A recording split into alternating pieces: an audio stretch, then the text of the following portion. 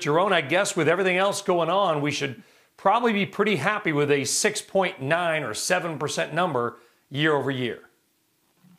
Absolutely. At 3%, same-store sales reflects healthy U.S. consumer spending. So 6.9% is very robust. What's interesting is that despite a pandemic, consumers still bought holiday gifts this year, well, in 2020. And the number one gift was gift cards. And what's interesting with this is that gift card sales don't actually get reported when consumers purchase these, but instead they get recorded once they are redeemed. And consumers are notorious for carrying gift cards in their wallets for months. So we might not see these sales reflected into the fourth quarter financial season, but rather later in the year when consumers redeem them. Now, for the holiday season itself, there was an uptick in do-it-yourself projects. And as a result, the home improvement sector is expected to post the strongest same-store sale at 17.1%. And consumers' houses have also been turned into gyms. And as a result, the sporting goods sector is also expected to be very strong at 14.9%. Yeah. And when you dig deeper into the data, it's interesting because the StarMine data tells us that analysts polled by Refinitiv are very bullish on the sporting goods, Vista Outdoor, Hibbett Sports, and there's even positive price momentum in Lululemon's and Nike's favor, suggesting that the sport goods sector will continue to do very well in 2021. Yeah, it's something to do. Get out, ride a bike, have the kids play baseball, whatever it might be. It is something to do. You know, going back to the gift cards, Jerome, because that could be really, really bullish for retail. I learned something a couple of weeks ago from Bill Simon, the former CEO of Walmart US.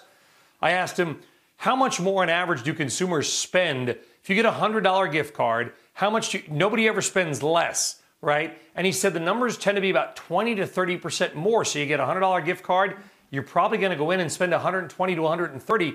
So all those gift cards, that could be a hugely bullish factor for a lot of retailers going forward.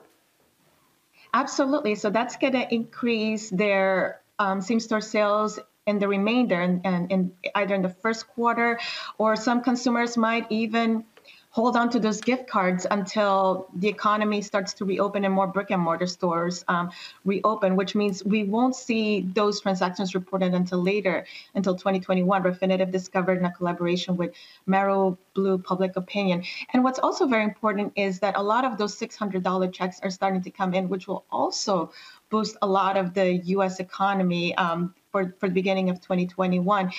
And our research shows that a lot of this money will actually be spent online because the amount of money consumers spend on e-commerce, on online sales, is growing significantly. For 2020, e-commerce accounted for about 14.3% of overall total retail sales, and this is expected to continue to grow even further in 2021 to 16.3% according to our IFR data. So as you can see, consumers have been conditioned to shop online for a safe and contactless way in a fast and efficient way of shopping, and this trend is here to stay. 7 in 10 Americans telling us that even as the economy is going back to a pre-COVID time and the vaccines have become widely available, they still will gravitate online to continue to shop for their goods in that manner. Shepard Smith here. Thanks for watching CNBC on YouTube.